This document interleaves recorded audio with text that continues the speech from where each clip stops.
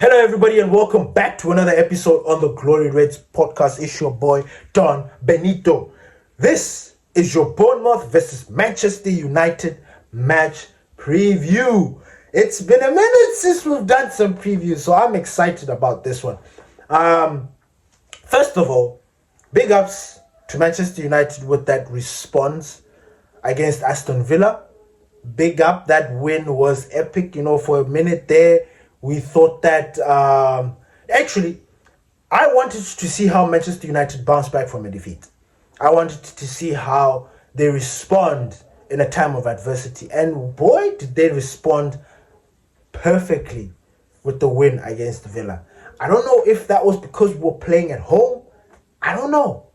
But that response was good. Was perfect response to the haters.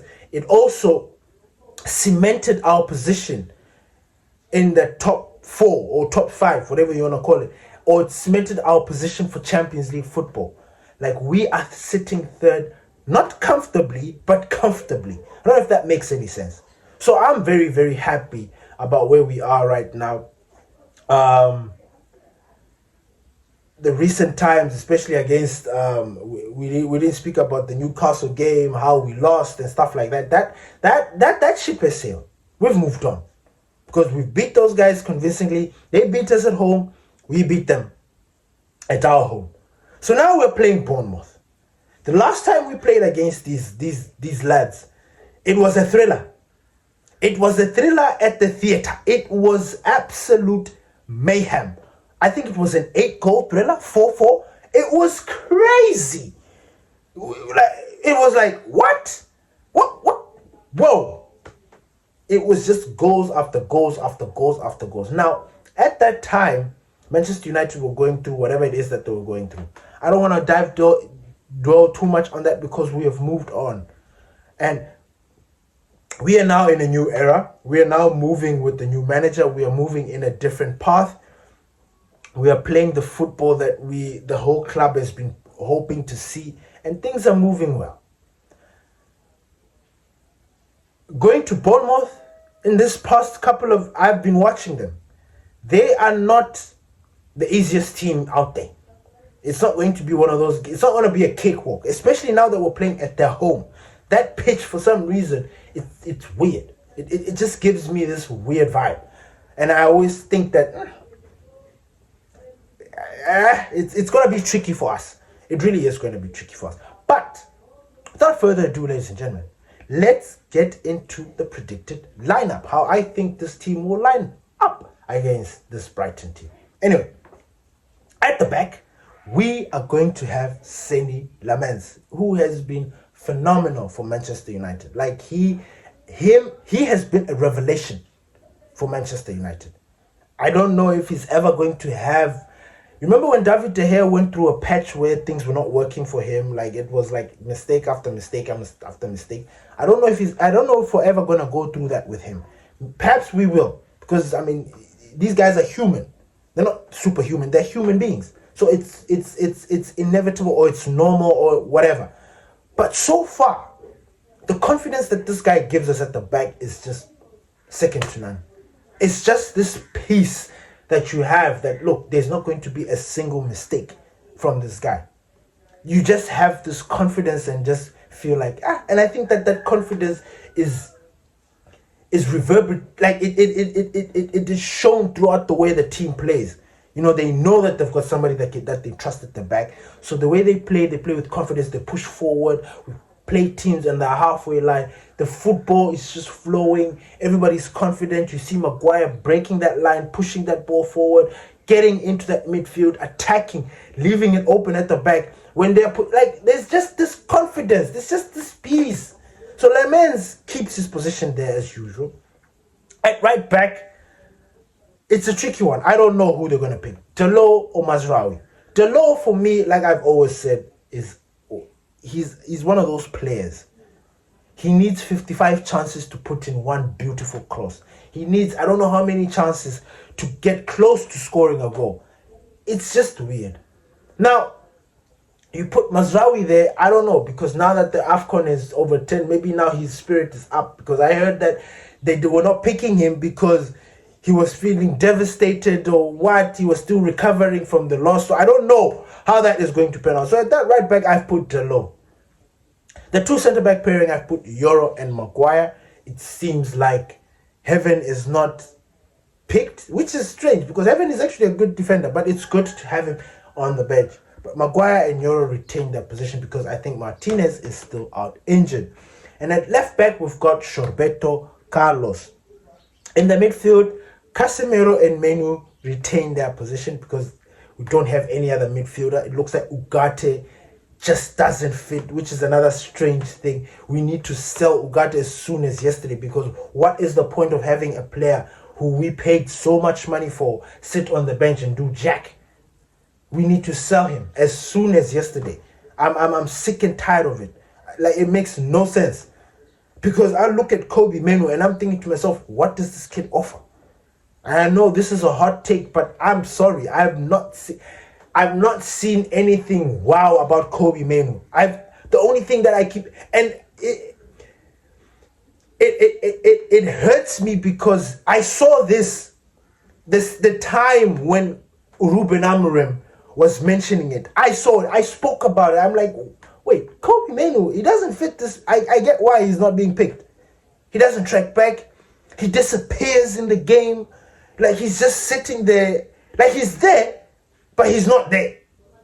I don't know if that makes any sense. You see him on the pitch, but it's like, anyway, I don't want to go too much in it because I don't want to give myself any stress. But like I said, Kobe Mainoo, I don't understand him. I don't know if, and people keep saying he's so good. And I'm like, what? And I hate that this is the conversation that we're having because I like Kobe Mainoo. Like, at one point we were saying he's a generational talent, but now, like I've said before, which D disagrees with, he's not generational. I'm sorry. He is not. A player that has got so many kinks to his game is not generational. A player that doesn't adapt to circumstances, situation is not generational. Yes, he had a moment where he was good, but I am sorry, Kobe Mainoo doesn't give me generational talent vibes. I am sorry. And we can have this conversation. You guys can leave your comments down below and you can tell me what you think. Moving on. At right wing, I think Ahmad needs to retain his position. And I'll explain why. I think Pastor D also explained it in his previous match reaction. And then we've got Bruno Fernandes in that number 10 position. Bruno Fernandes has been absolutely amazing. He's another player that is tipped for the Premier League Player of the Year, which I believe should be. And if he reaches 20 plus assists this season, I think he should be given that title of Premier League Player of the Season.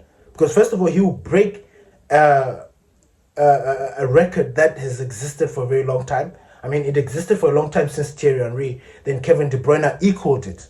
So it has not been broken. So if he breaks it, it's just going to be another level to his game. And I don't think it will be broken. Like, after Bruno Fernandes sets this new record, I don't think it will be broken in a very long time. So that's something that we need to take pride in. And stay tuned for another Bruno Fernandes topic. We will talk about Bruno Fernandes. In that left wing position, we have got Matheus Cunha, who continues to do the business for us. He continues to surf in that left wing position, doing the business. I am happy with Cunha's performances. I know when Patrick Dogu comes back, he's going to be preferred into that position, which I don't understand, but it's fine. As long as we win, and as long as he performs the right way, I'm not complaining. And up top, we have got the indomitable lion, Bryan Mbeumo. Bryan Mbeumo has had a little bit of a dip. Now, when I say dip, I'm talking about, at the moment, he's our top goal scorer in Manchester. And in the past couple of games, he's not been scoring goals. He's not had his scoring shoes. So it's just one of those things where, of like, with Mbeumo, because this is our first season with him, we're still understanding him. We're still trying to get to know him. We're trying to see what he's all about. So I think he could score. You know, that's the thing with Brian Mbeumo. He's always in the chances. He's always trying to create. It's just not working out. And I think that is okay. Now, Pastor D mentioned in the previous episode, his match reaction, when he was talking about the change that Michael Carrick did to the team that has cost us. And believe it or not, maybe I think it was Ahmad. Because Ahmad offers us so much. Forget that he doesn't provide a lot of assists and he's not scoring. But what he offers us is something even more unique than anything else. And if we can accept that as Manchester United fans, not look to put pressure on Ahmad into scoring goals all the time. Because I think Ahmad will always score a goal or he will always provide an assist. Those things will come. But when you look at the bigger picture, Ahmad is tremendous for Manchester United. He is absolutely tremendous for us. He offers us, he's a threat in that final third position, in that right wing. He's an absolute threat. And then on top of that, he defends like his life depends on it. That's another thing that I love about Ahmad. He is always hard working, and you can't take that away from him. Now, what Pastor D was mentioning was like Sesko. Look, Benjamin Sesko, we've already understood the kind of player that he is. He has been doing well coming off the bench. He did it again against Villa. Came off the bench, scored a goal. Now, we have already established that, look, this season, for what we are trying to do, cementing, because right now the focus is qualifying for Europe. At all costs. Win games at all costs, do what you have to do, cement it. How we do it, it's all up to us. Obviously, we would like to see some beautiful football, but at the same time, we want to see some sort of idea, and we also want to see an identity to this team. Benjamin Sesko is 22 years old. This guy is going to be our striker for years to come. In fact, I actually think next season, that's when we're going to start incorporating, depending on who comes in, whether Michael Carrick keeps his job or a new manager comes in, Benjamin Sesko is going to be the number 9. You like it, you don't like it, that's just how it's going to be. And the fact that he's done well this season, it's just going to be like that. But for this season so far, I think in the first half, we need to continue doing what we've been doing. Having that fluidity in that front four. Bruno, Ahmad, Mbeumo, Cunha. Interchanging, changing positions, doing what they're doing. It causes teams all sorts of problems. It causes them all sorts of problems. But when you have Benjamin Sesko up top, he's the focal point. You don't have that interchanging ability. You don't have this fluidity that you have to ping in those balls, which, by the way, they don't ping enough for Benjamin Sesko. So I think it is okay for Benji to come off the bench and score goals for us. Like he's becoming the Ole Gunnar Solskjaer. He's becoming the babyface assassin. Come on, guys. Like he's coming in, bang, go. And that is boosting his confidence. That is creating a different monster in him, because now he's got that confidence. Like, look, when I come on, my job is to equalize. My job is to find that extra goal. My job is to score the winner. My job is to go there and add goals to the tally that we have. And that is a different kind of monster. The fact that he accepts his role.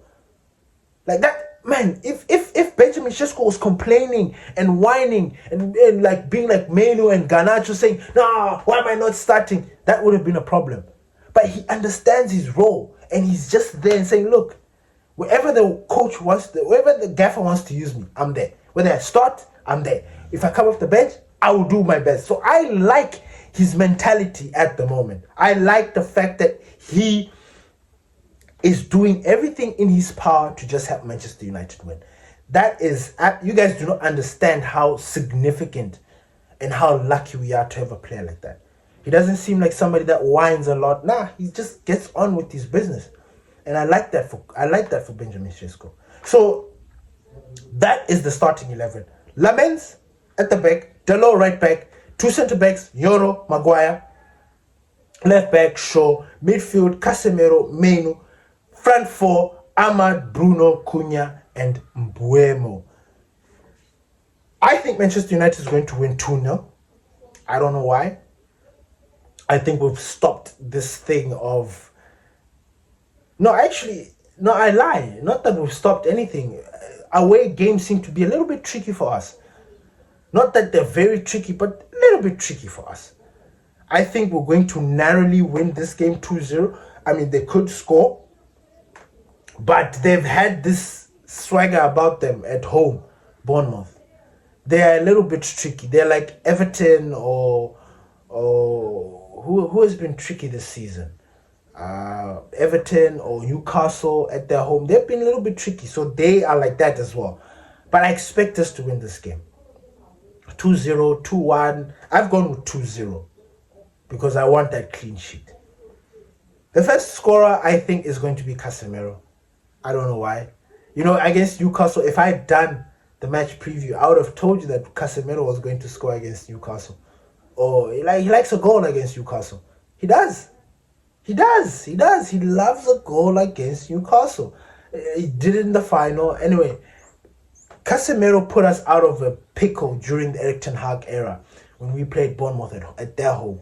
He scored that acrobatic goal. I don't know why. I just feel like that he feels comfortable there.